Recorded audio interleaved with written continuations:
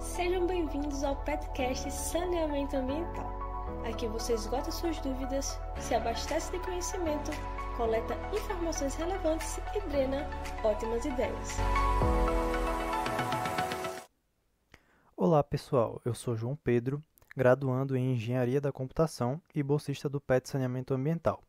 No podcast de hoje, da nossa série especial sobre programas de mestrado e doutorado, vamos aprofundar nossa discussão sobre um tema crucial para a resiliência das nossas cidades, a drenagem e o planejamento urbano. Para isso, temos a honra de receber aqui novamente no podcast o professor Vladimir Karamori, doutor em Recursos Hídricos e Saneamento pela UFRGS e professor titular da UFAL. Quem nos acompanha há mais tempo, talvez lembre de sua participação no nosso 6º episódio desse podcast, onde tivemos uma verdadeira aula sobre os fundamentos da drenagem. Professor, é um prazer tê-lo de volta conosco. Seja bem-vindo novamente ao podcast.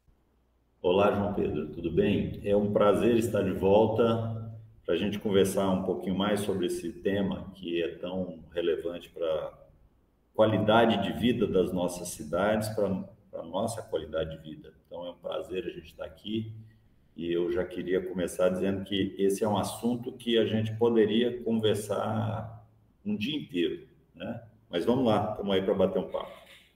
Professor, para começarmos, quais são os maiores desafios da pós-graduação em recursos hídricos e saneamento, especialmente para quem trabalha com drenagem urbana? Vamos lá. Quando a gente pensa em desafio, a gente tem que pensar muito em expectativa, né? Quando você me mandou o roteiro, comecei a pensar um pouco naquilo que a gente poderia conversar nesse podcast de hoje. Eu estudo bastante as políticas públicas, políticas de recursos hídricos, as políticas de saneamento básico, as políticas urbanas, né? E acho que é um pouquinho dos temas que a gente deve conversar nesse dia de hoje. Lá na Política Nacional de Recursos Hídricos, a nossa famosa Lei 9433, tem escrito lá no seu artigo 2º, são objetivos da Política Nacional de Recursos Hídricos. Inciso 3º, a prevenção e a defesa contra eventos hidrológicos críticos de origem natural ou decorrentes do uso inadequado dos recursos hídricos. Eu vou frisar aqui, decorrentes do uso inadequado dos recursos hídricos. Então, quando a gente pensa nessa questão, João Pedro, nós precisamos perceber que a gente está tratando de uso do território, nós precisamos perceber que se trata, portanto, de demandas que a sociedade nos apresenta, de demandas relacionadas ao aumento das crises provocadas pelo nosso uso inadequado, né, do solo, do território, dos recursos naturais. E, portanto, eu penso que os desafios, eles vão muito dessa questão daquilo que a gente tem de expectativa. O que a gente quer daqui para frente, né? Nós queremos cidades mais resilientes?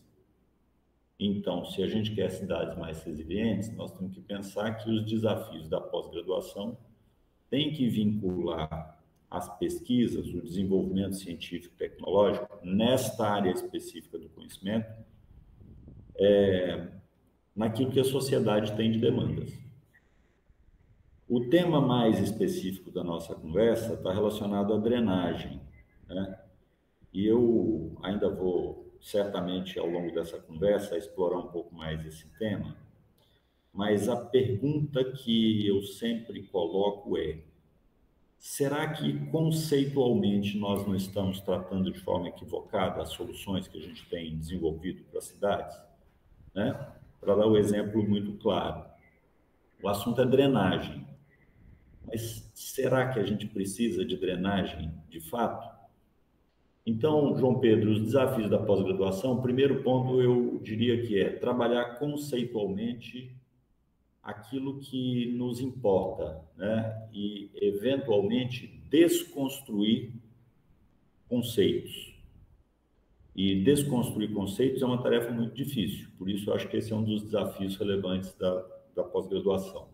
O outro ponto é perceber na pós-graduação quais são as demandas da sociedade de fato, né? Quais são as demandas reais da sociedade. Isso não impede que a gente possa trabalhar questões conceituais, né? Eu acho que as questões mais conceituais, mais de desenvolvimento de conhecimento, elas são muito relevantes, a pesquisa de base. Mas a pesquisa aplicada para resolver o problema, ela é muito importante. Do ponto de vista específico, também nos desafios para as áreas de recursos hídricos, de saneamento, de drenagem, nós estamos aí trabalhando no contexto de recursos hídricos com aumento de demanda, com mudanças climáticas, com pressões ambientais relevantes, né? Estamos vendo aí agora na mídia as questões relativas a licenciamento de exploração de petróleo, por enquanto ainda em nível não da exploração do petróleo em si, mas de exploratório no sentido de saber quais são os tamanhos das reservas, mas que futuramente vai ter desdobramento para o uso efetivo das reservas de petróleo na margem equatorial, lá na foz do Rio Amazonas, né? Portanto, a gente tem que estar atento a essas questões no sentido da pós-graduação, né? As pressões ambientais relevantes, as questões de planejamento urbano, que nós temos visto as cidades brasileiras crescerem e permitirem impermeabilização de 100% do seu território, né? Então, isso é um desafio que nós precisamos pensar em nível de pós-graduação. Nas questões de saneamento, por exemplo, o nosso marco legal do saneamento, a Lei 11.445 de 2007, trata da universalização. Até 2033, nós temos metas de universalização de água e esgoto. E o resto? A drenagem não tem meta de universalização. Mas não tem meta porque a gente não sabe direito o significado da universalização da drenagem. Portanto, esse é um desafio relevante para a gente desenvolver conceitualmente essas questões. Entram as questões de concessão dos serviços públicos de água e esgoto, há alguma coisa de drenagem que também já começa a aparecer, né? Será que essas concessões têm, de fato, contribuído para a boa prestação dos serviços básicos para a sociedade brasileira? As questões de regulação estão adequadamente tratadas no âmbito, no caso específico aqui da drenagem? Na drenagem, mais especificamente, as questões conceituais, né? Por que eu preciso de drenagem? Por que a gente não consegue evoluir para os conceitos de manejo? Drenagem é uma forma de manejo, né? Então, todos nós temos, João Pedro, a consciência da necessidade de trabalhar a sustentabilidade. Se você perguntar para qualquer cidadão brasileiro, ele vai dizer claramente que está preocupado com a sustentabilidade. Não vou dizer todos, porque, né, tem gente que ainda acredita na Terra plana. Então, eu tenho, assim, dentro dessa perspectiva, o susto de dizer que deve ter gente que não acredita em sustentabilidade. Mas a maior parte de nós acredita que nós precisamos trabalhar de forma efetiva o contexto de sustentabilidade. Mas, ao mesmo tempo, eu acho lindo, eu digo no sentido amplo da sociedade, né? A gente acredita na sustentabilidade, acredita que é necessário trabalhar a sustentabilidade, mas o nosso terreno, a nossa casa é toda impermeabilizada. Como é que a gente vai fazer isso? Como é que os cidadãos percebem a questão da drenagem no dia a dia? Então, João Pedro, num panorama muito rápido, eu penso que esses são os temas desafiantes aí para a pós-graduação brasileira nessa área que a gente está tratando nesse dia de hoje. Com certeza, professor. Como o senhor bem disse aí, a drenagem realmente é um tema que é deixado de lado, né, muitas vezes, nas políticas públicas aqui do Brasil.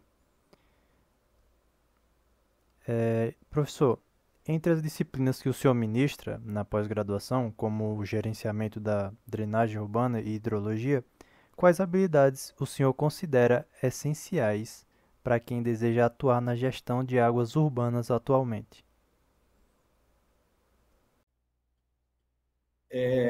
Essa é uma pergunta que eu acho das mais gostosas da gente trabalhar. Primeiro, eu queria fazer aqui uma pequena correção conceitual, né? O nome da minha disciplina é Gestão da Drenagem Urbana, e não gerenciamento. E tem uma diferença sutil, mas relevante, né? A questão mais operacional no gerenciamento, a questão mais tática, estratégica na gestão. Mas se eu quiser pensar nas habilidades, João Pedro, eu começo a resposta para você com uma outra pergunta. Qual que é a cidade que nós queremos? Porque isso muda tudo, no sentido das habilidades que nós esperamos dos profissionais que vão trabalhar com essa questão. Veja só, até muito recentemente, e eu digo muito recentemente, se nós formos pegar os livros, os manuais que nós ainda utilizamos nas escolas de engenharia Brasil afora,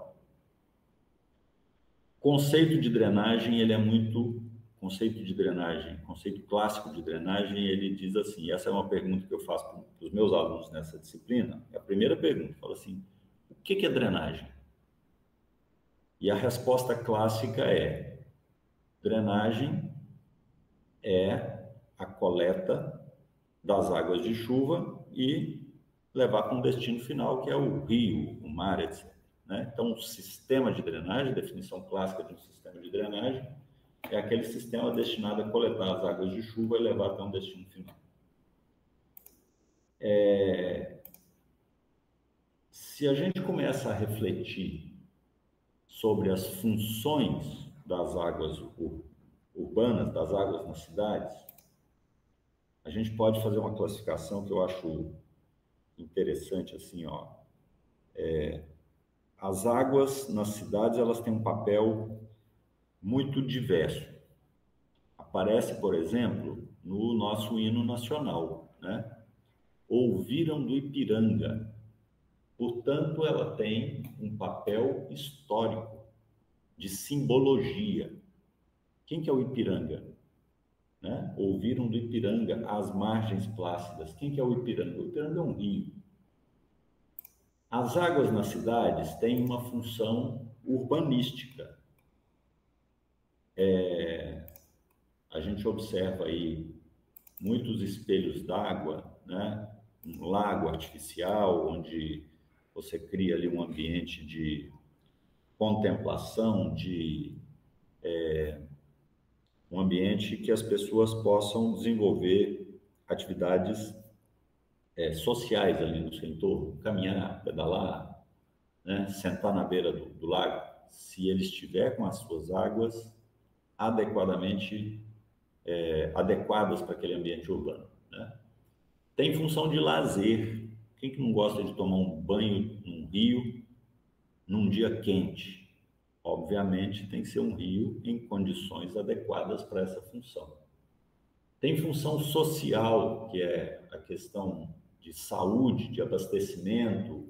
Tem função econômica, porque entra na cadeia produtiva, inclusive no abastecimento.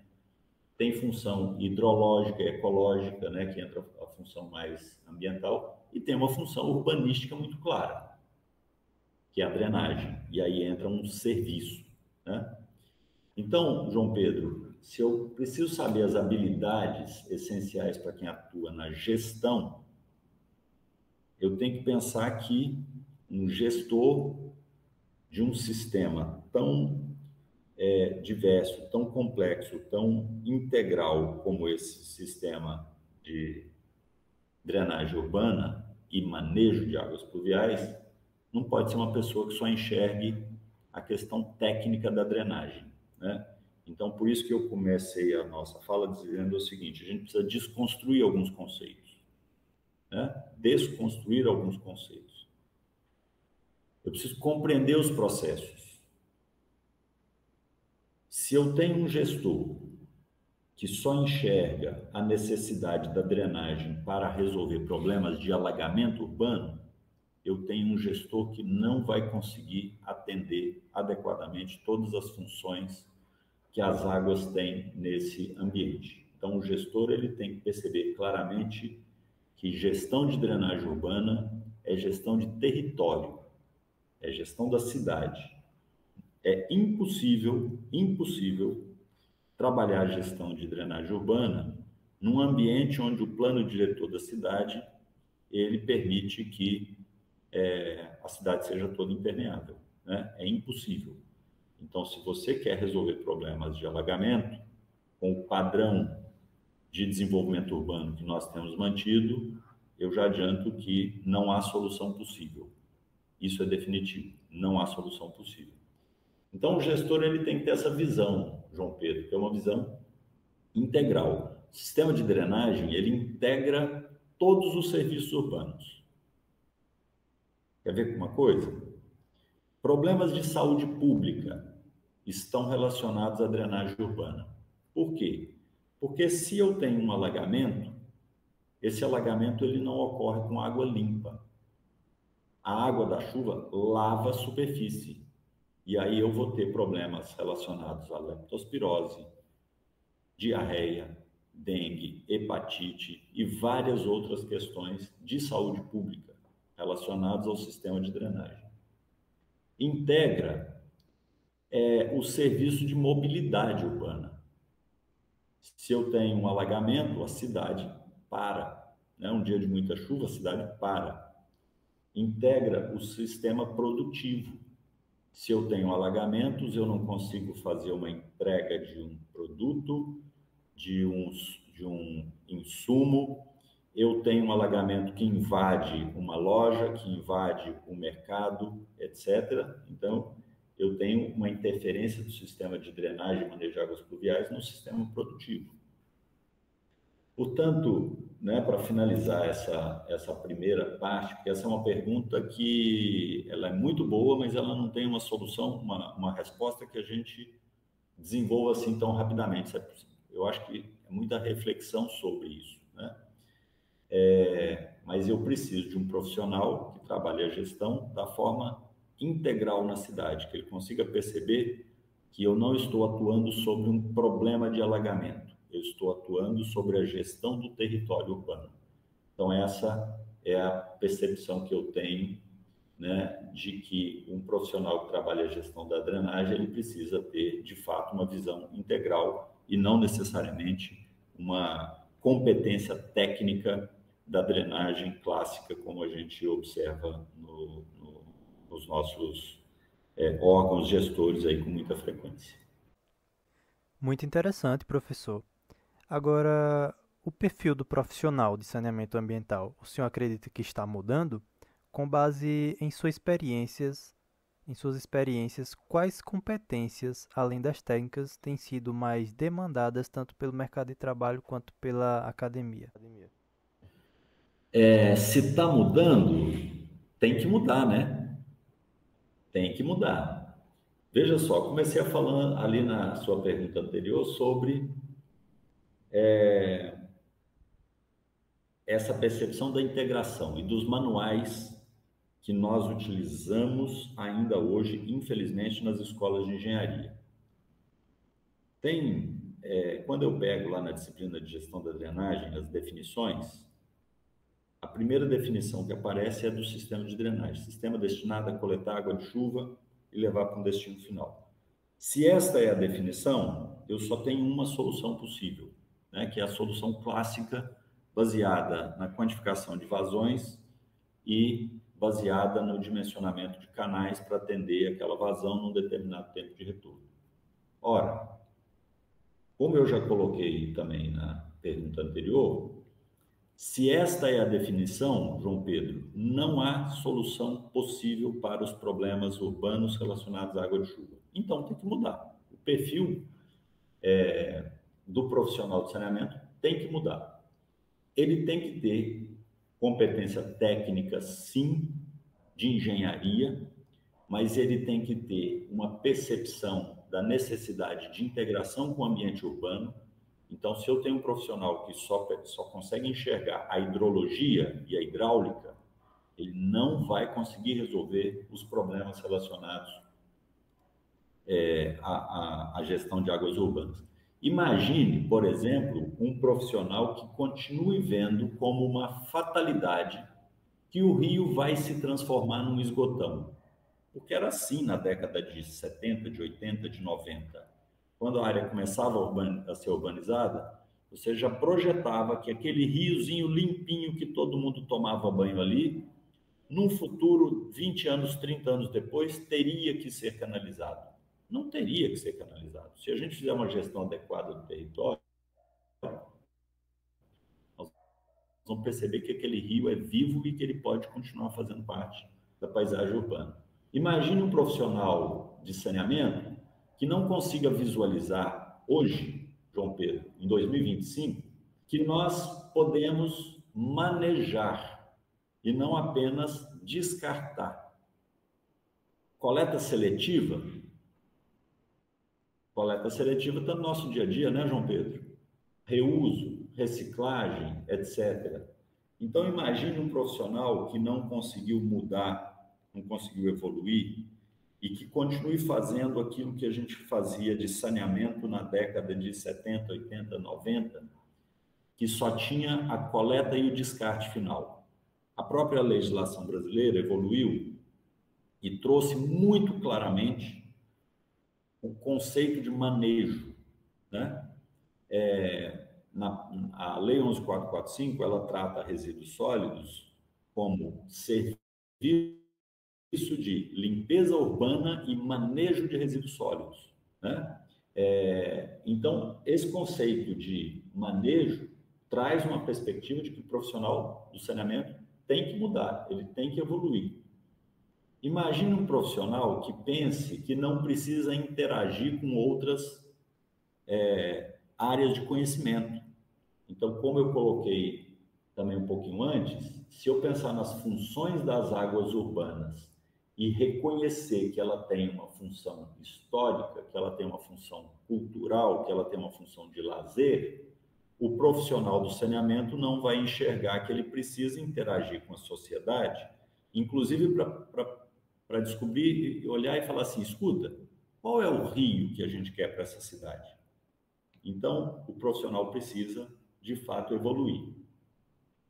Veja só, já comentei um pouquinho antes que o sistema de drenagem e manejo de águas pluviais, ele integra saúde, transporte, urbanismo, economia e os serviços de saneamento básico, né? Um rio, ele integra todos esses serviços.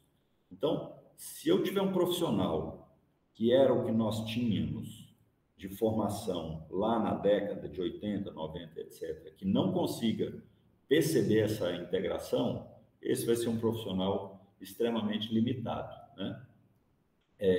Então, eu vejo que essas demandas, elas precisam aparecer na nossa formação. Portanto, as escolas de engenharia precisam interagir. Isso não quer dizer que eu tenho que ter disciplina de todas as áreas dentro do curso de engenharia, mas significa que a formação em engenharia precisa trazer para o profissional essa necessidade de interação com outras áreas de conhecimento. É verdade, professor. Como o senhor bem falou, o profissional ele tem que sempre que se reinventar, né, a todo momento. Qual tem sido o perfil dos alunos e egressos nos programas em recursos hídricos e saneamento ambiental? De qual maneira o senhor acredita que a pós-graduação ela tem contribuído para a inserção e qualificação no mercado de trabalho, tanto público quanto privado? Veja só, eu não penso que tem um perfil único, e ainda bem que não tem, né? Os programas de pós-graduação no Brasil, em grande medida, têm tido uma atuação muito regional nessa área do saneamento, né? Isso eu vejo como positivo.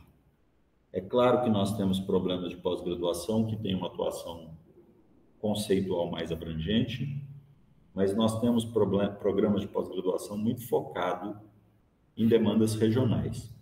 Por exemplo, um programa de pós-graduação no Nordeste brasileiro, nessa área de recursos hídricos e saneamento, necessariamente vai ter uma atuação, em alguma medida, focada na questão do semiárido. Um programa de pós-graduação em recursos hídricos no Nordeste não tem como não focar em semiárido. Um programa de pós-graduação em recursos hídricos na região sul-sudeste vai trabalhar num contexto de escassez de recursos hídricos completamente diferente da escassez de recursos hídricos do semiárido, mas ambos vão trabalhar com escassez. Então, eu vejo que a gente não tem um perfil único, né? Ainda bem que não temos. Mas o perfil dos alunos, dos egressos, ele precisa trabalhar de forma muito clara, primeiro, as demandas que a sociedade nos apresenta.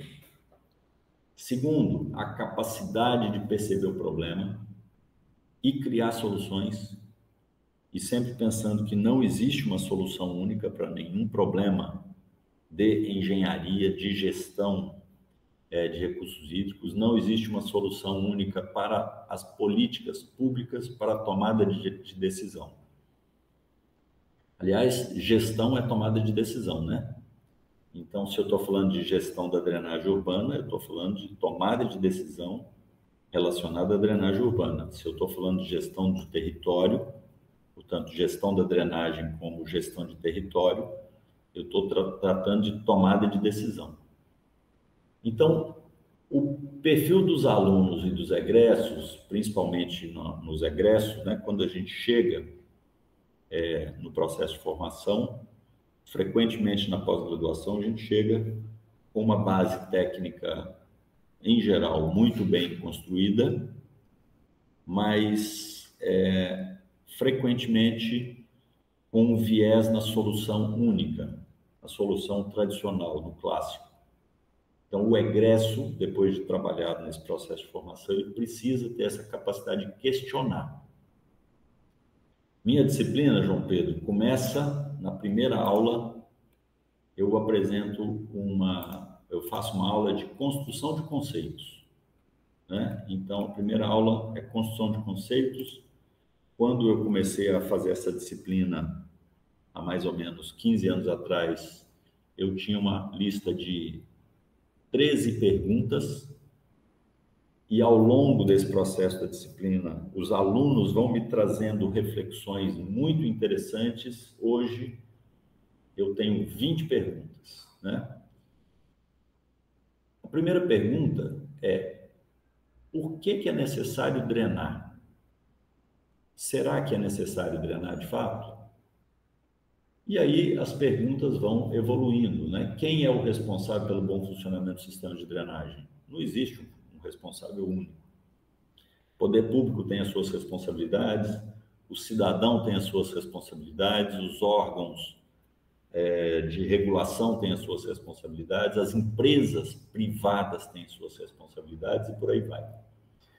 Então, são 20 perguntas que a gente vai trabalhando. E essas perguntas têm um propósito muito claro de construção desse perfil de egresso que você me questiona, João Pedro.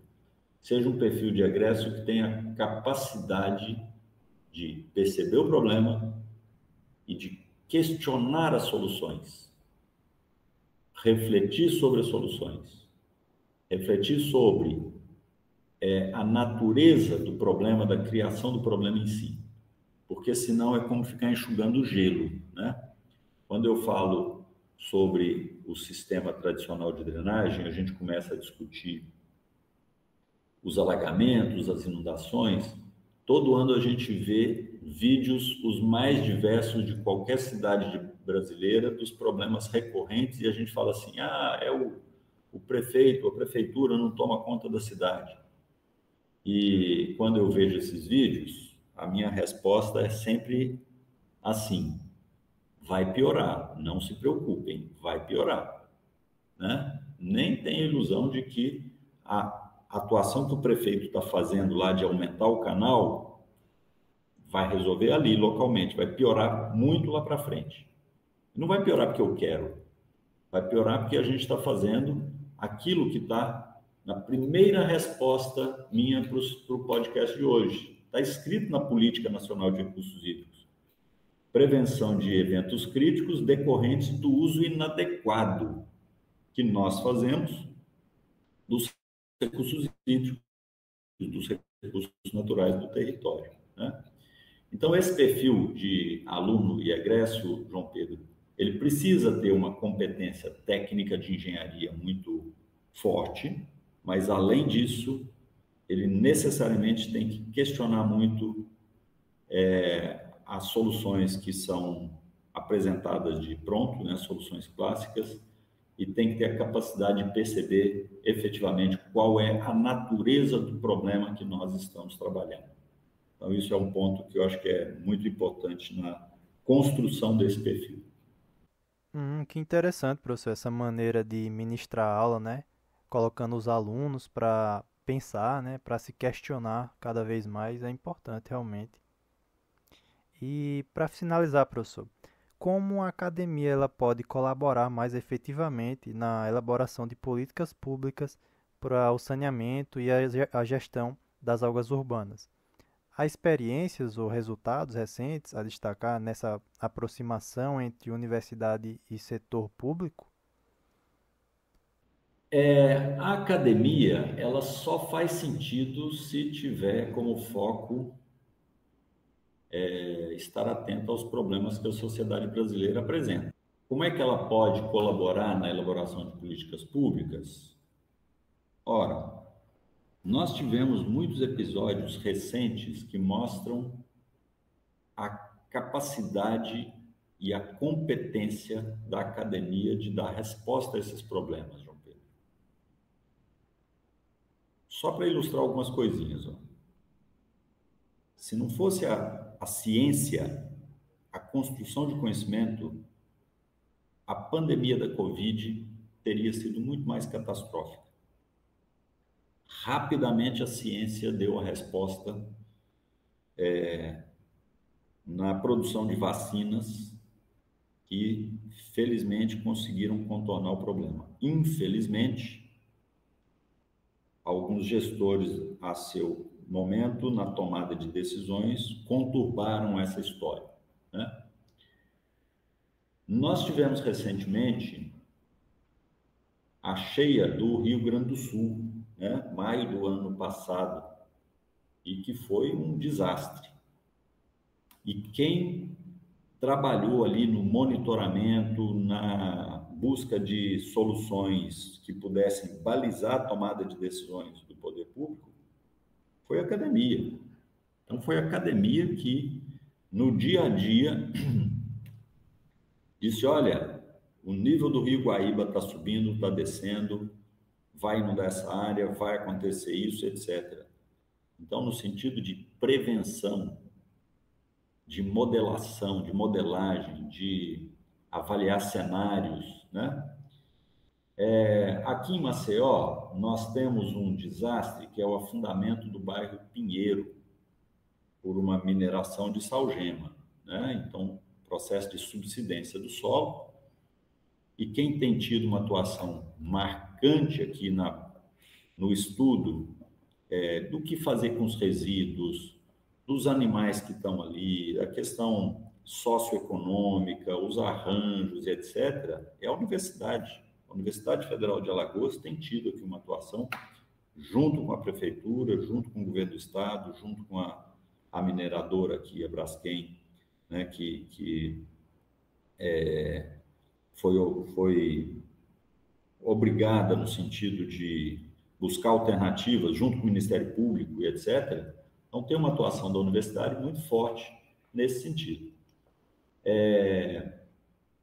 Portanto, a universidade ela tem muita competência, João Pedro, de trazer avaliação dos cenários, de fazer a modelagem das soluções, de criticar a criticar no bom sentido, né? Não é aquela crítica que só destrói, não. É de criticar as alternativas, as soluções, de forma que a gente possa trazer políticas públicas mais eficientes. Então, política pública é para tomada de decisão.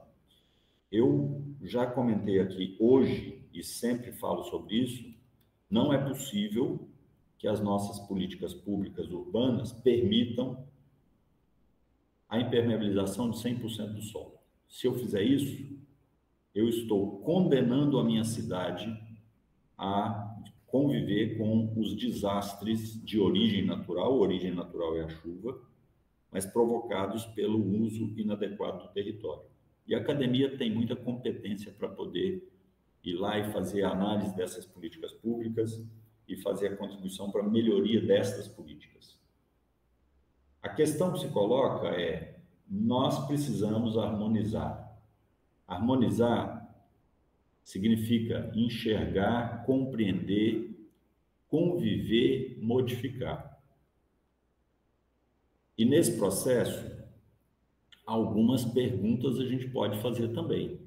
Como é que são ou que eram os processos naturais antes? Antes de eu ocupar o espaço, antes de modificar o espaço, antes de fazer um novo loteamento. Como é que eles são agora? Especificamente na questão das políticas públicas relacionadas ao saneamento básico, inunda por quê? Está poluído por quê? Qual foi a minha contribuição enquanto cidadão, enquanto gestor, enquanto empresário, para que isso acontecesse? Os processos naturais são visíveis? Os conceitos são adequados? Tudo isso é construção de política pública. Então, se a universidade consegue, no seu processo de formação, contribuir com essa discussão, a gente contribui em 2 pontos. O primeiro é que nós estamos formando pessoas que tenham competência de criticar isso e formando pessoas que depois vão atuar na construção e na execução das políticas públicas. E o segundo é na reflexão sobre a própria política em si. Então, João Pedro, a academia, e uma das suas perguntas foi sobre o papel da pós-graduação, os desafios da pós-graduação, né? A pós-graduação tem um objetivo: formar pessoas. Ela tem 2 objetivos que são objetivos complementares de igual relevância, igual magnitude, né? Então, vamos lá. Primeiro objetivo: formação de pessoas que tenham aquele perfil que a gente conversou ali um pouquinho antes, né? Que tenham a capacidade de perceber o problema, que tenham capacidade de questionar, que tenham capacidade de criar soluções, que tenham capacidade de interagir com outras áreas de conhecimento. Então, esse é o primeiro propósito da pós-graduação brasileira. Os outros 2 propósitos é formar pessoas através da construção de conhecimento. Então, construção de conhecimento é o segundo objetivo da pós-graduação brasileira, né? A gente forma pessoas com a construção de conhecimento, com o desenvolvimento científico e tecnológico, com o desenvolvimento da ciência em si. E o terceiro objetivo, vinculado também ao primeiro, é formar pessoas com a construção de conhecimentos e a transferência desse conhecimento para a sociedade. E a transferência do conhecimento para a sociedade, ela aparece de várias formas. Uma delas é a construção de políticas públicas. A outra é a transferência de tecnologia, é a inovação, né? Então, é a ciência aplicada no desenvolvimento de soluções em benefício da sociedade brasileira, né? Então, a academia ela tem um papel de formação em todos os seus níveis. No nível de graduação, eu espero formar pessoas que tenham alta competência técnica para atuar num problema específico.